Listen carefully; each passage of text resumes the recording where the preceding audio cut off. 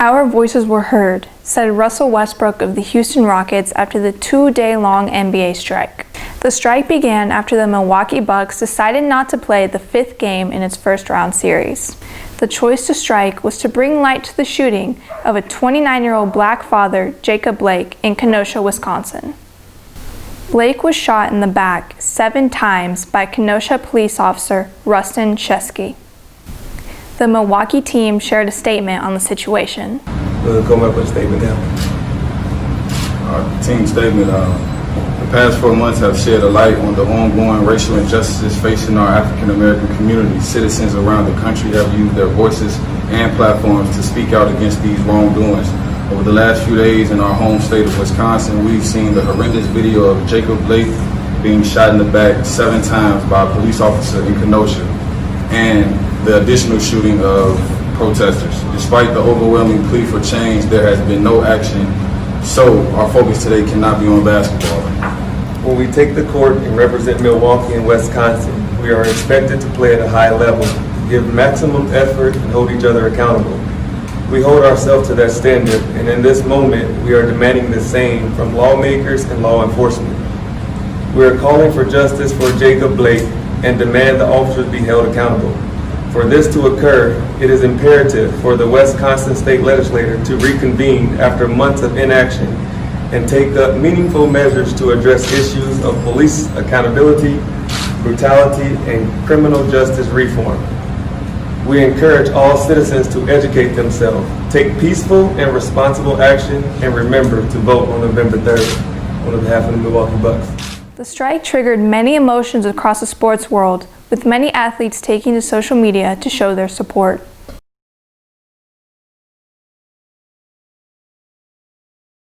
An NBA playoff game has not been postponed for the first time since 1992, when the Rodney King riots were raging through Los Angeles, and the second time since 1968 after the tragic death of Martin Luther King Jr. This all came on the 4th anniversary of the day former 49ers quarterback Colin Kaepernick decided to take a knee during the national anthem. His aim was to protest the oppression of African Americans and minorities in the United States. He stated, "To me, this is bigger than football, and it would be selfish on my part to look the other way. There are bodies in the street and people getting paid leave and getting away with murder."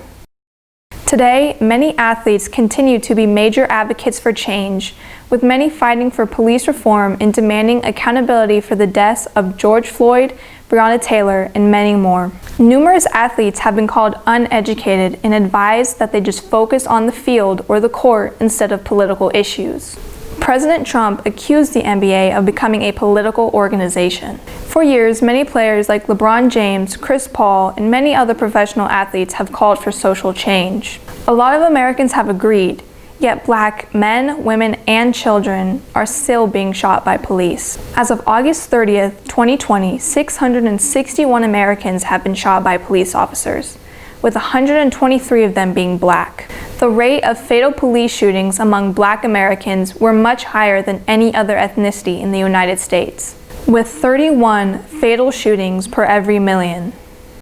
Some players and coaches showcased their passionate emotions on racism and police brutality during their post-game interviews. I've been very emotional. Just to kind of see this, continuously happen. So,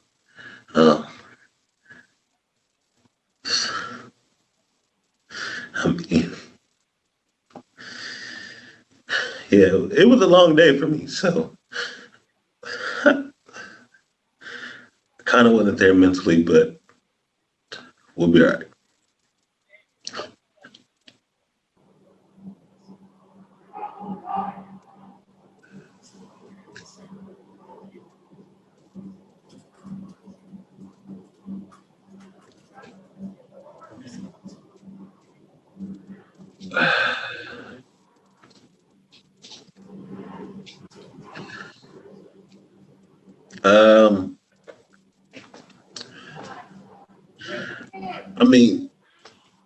I think the most difficult part is to see people still don't care, and for this it's continuously happen. It just shows just a hate in people's heart. And I mean,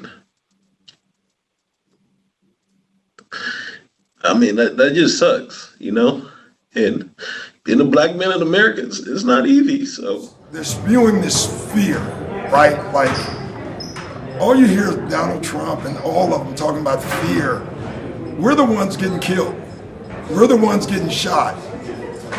We're the ones that we're denied to live in certain communities. We've been hung, we've been shot, and all you do is keep hearing about fear. It's amazing why we keep loving this country, and this country does not love us back. And it's really so sad. Like, I should just be a coach. And it's so often reminded of my color.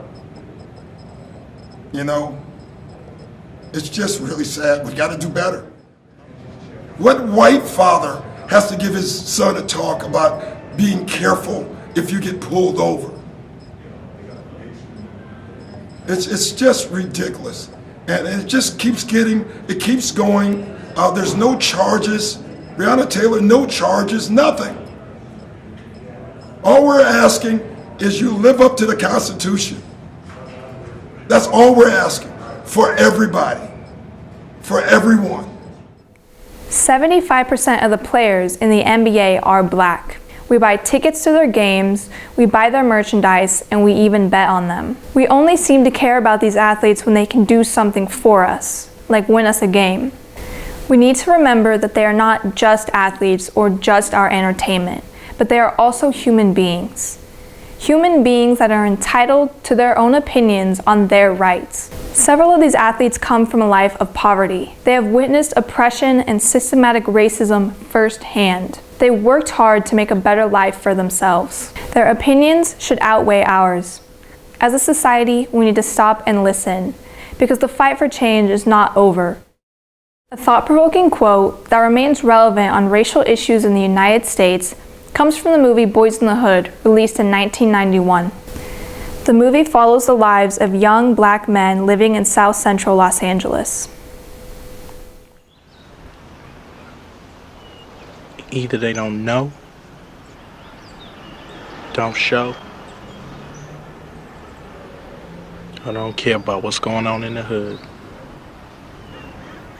The character Doughboy conveys his confusion on the American representation of hardship. The news covers horrors in foreign countries as if there are none taking place in our own. Meanwhile, black Americans are abused and murdered every day. Black lives have never enjoyed the same liberty as white lives. White supremacy is a disease. It has always determined the rights of black Americans. If justice and liberty were for all, we would not have had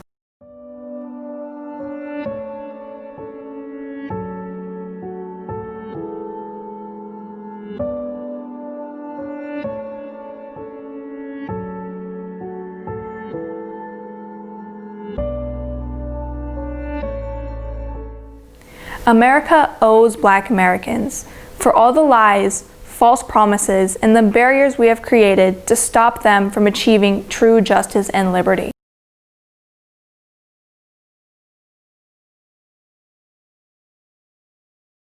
One day, when the glory comes, it will be ours, it will be ours. Oh, one day, when the war is won, we will be sure, we will be sure. Oh, glory, glory, glory. Oh, glory, glory.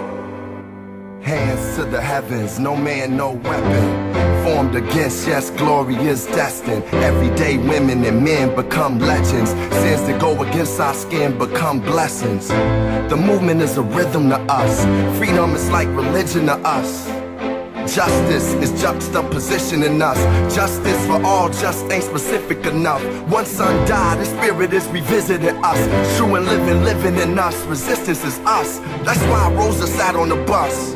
That's why we walk through Ferguson with our hands up. When it go down, we woman and man up. They say stay down, and we stand up. Shots we on the ground, the camera panned up. King pointed to the mountaintop, and we ran up. One day, when the glory comes, it will be ours. It will be ours. Oh, one day, when the war is won, we will be sure.